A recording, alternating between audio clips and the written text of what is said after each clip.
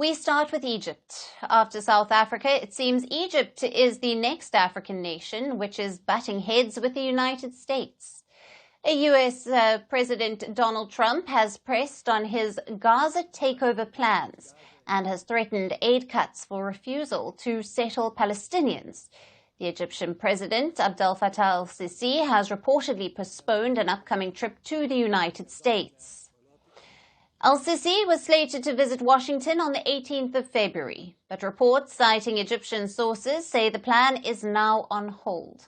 This comes as earlier in the week, Trump said that he could suspend aid to Jordan and Egypt unless they agreed to accept Gazans after the United States takes control of the war-torn strip. Even after facing huge backlash over the proposal, Trump reiterated his plans as he met Jordan's King Abdullah at the White House on Tuesday.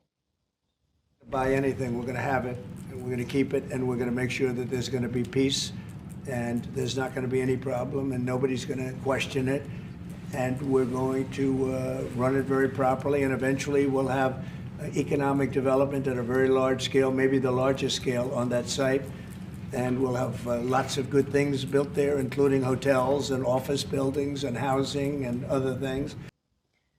Jordan's King Abdullah has previously firmly rejected any moves by the US to annex land and displace Palestinians.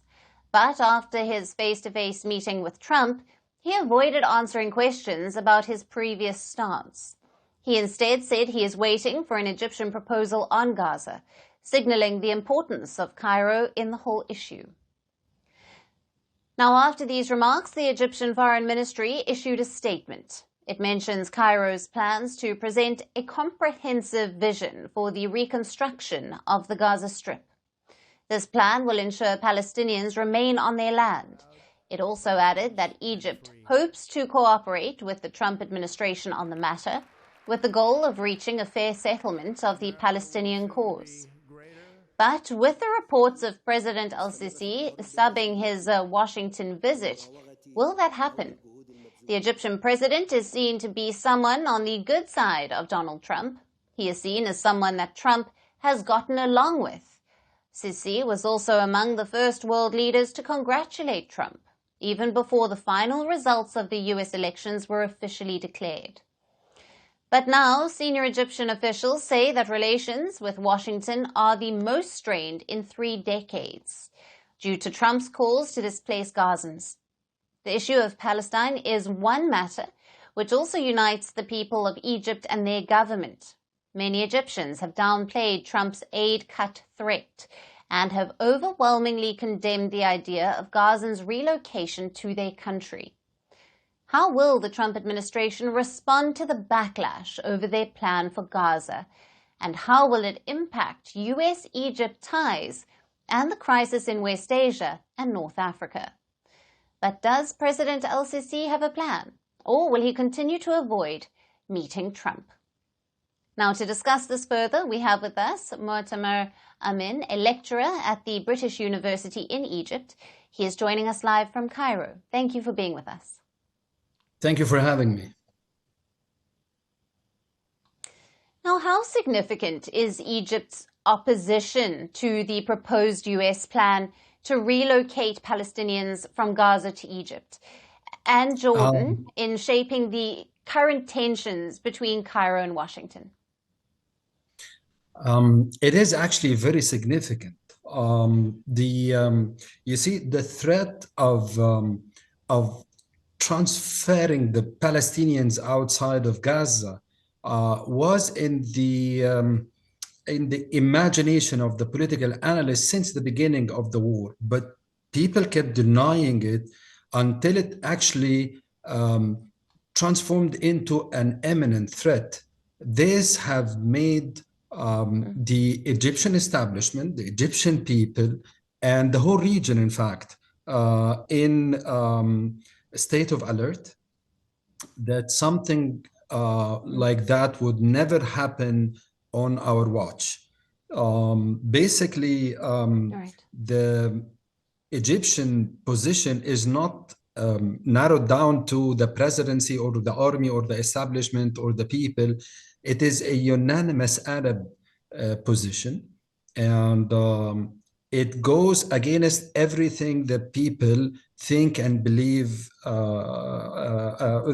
about. I mean, in the past, since the beginning of the Arab-Israeli conflict, back in 1948, it took the Arabs something like 21 years or 20 years until they accepted the idea of coexistence. It seems now that the idea of coexistence is not accepted on the other side. And this is why, just to mention that will transfer the Palestinians outside of Gaza and the West Bank is actually raising a lot of red flags. Right.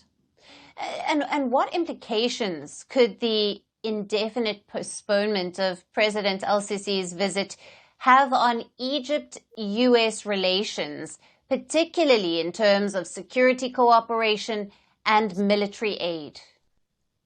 It is, okay, the relation is transforming at the moment into a state of tension, which is unprecedented. We have never seen this tension before. Even if you look back during the Iraq War in 2003, the Gulf War in 1991, whatever you would like to go back to, there was not this level of tension between the two countries. And it is significant because President Sisi decided not to go, postponed it until further notice. And we are waiting to see what will happen on a daily basis. You see, the press release coming and the press conferences coming from Washington on a daily basis is of escalating nature. Yes. And this is not helping. And I think it will turn into something significant. And given Egypt's critical role in the regional stability, how might this diplomatic standoff affect broader Middle Eastern geopolitics, especially Cairo's relations with Israel and, of course, neighboring Arab countries?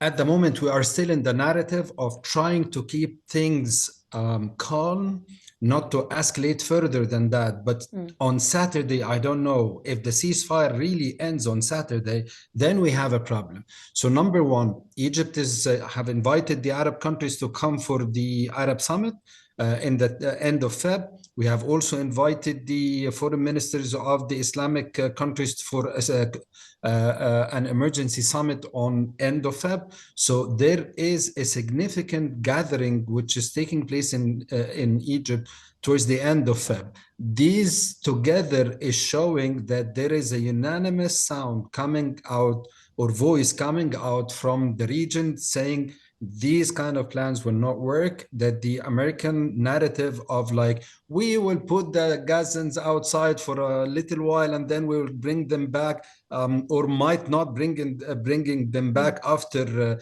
rebuilding the Riviera in Gaza. This is not gonna happen on anybody's watch. And I'm afraid we are reaching a point where it will be zero-sum game. Right. Thank you very much for being with us on Firstpost Africa and for your valued insights. Thank you for having me, Alyson.